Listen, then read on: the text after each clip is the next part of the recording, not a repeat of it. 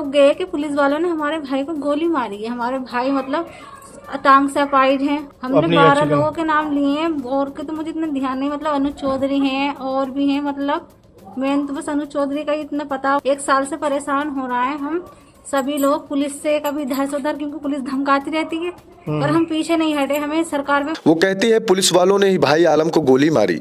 वो बार बार एएसपी अनुज चौधरी का नाम लेती है।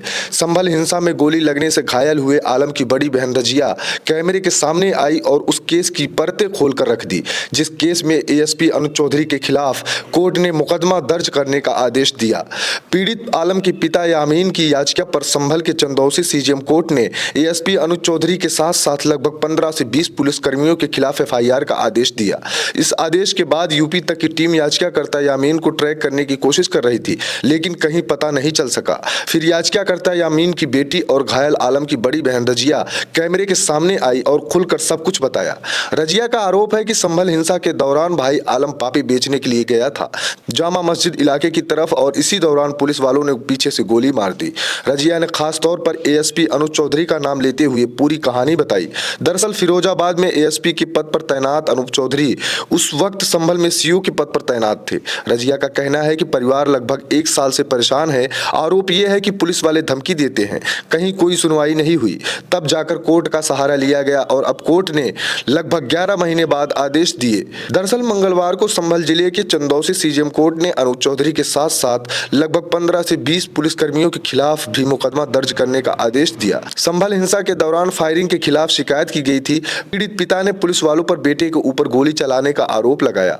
तत्कालीन सीओ अनुज चौधरी समेत लगभग 20 पुलिसकर्मियों पर आरोप लगाया गया था और अब सीजीएम कोर्ट ने बड़ा आदेश जारी किया।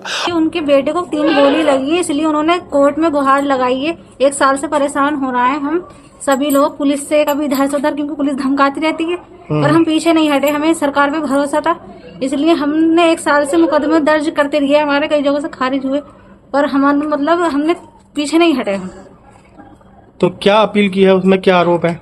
आरोप गए कि पुलिस वालों ने हमारे भाई को गोली मारी है। हमारे भाई मतलब टांग से अपाइड हैं, पोलिया उनकी टांग में।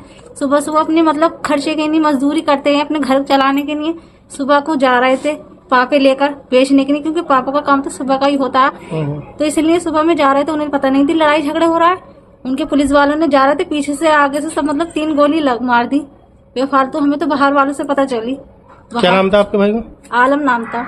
आलम की गोली लगी थी? जी आलम की लगी थी, अभी इलाज हो रहा है। गोली किसने मारी थी? मतलब पुलिस वालों ने मारी थी। नहीं, पुलिस में कौन कौन किसके नाम दिए आपने?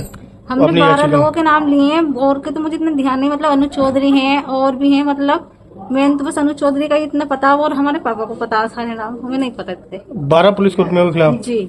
कब याचिका दायर की है? 1 साल हो गया पूरे। नहीं, आदेश कब हुआ? आदेश तो ऐसे हुआ 12 तारीख, 9 तारीख को हुआ शायद। 9 तारीख को रिपोर्ट दर्ज हुई अभी नहीं? रिपोर्ट दर्ज नहीं हुई है अभी, मतलब आदेश दिया। हमें तो यही मतलब अपील करते हैं कि जल्द से जल्द कार्रवाई हो उन लोगों पे और मतलब हमें इंसाफ मिले। और लोगों के साथ जो गलत हुआ, हमारे साथ गलत हुआ, और लोग तो मर गए। अनूप चौधरी समेत लगभग 20 पुलिसकर्मियों के खिलाफ एफआईआर दर्ज करने का आदेश। अब कोर्ट के आदेश के बाद सवाल उठा कि क्या वाकई अनूप चौधरी के खिलाफ मुकदमा दर्ज किया जाएगा? तो जवाब है नहीं।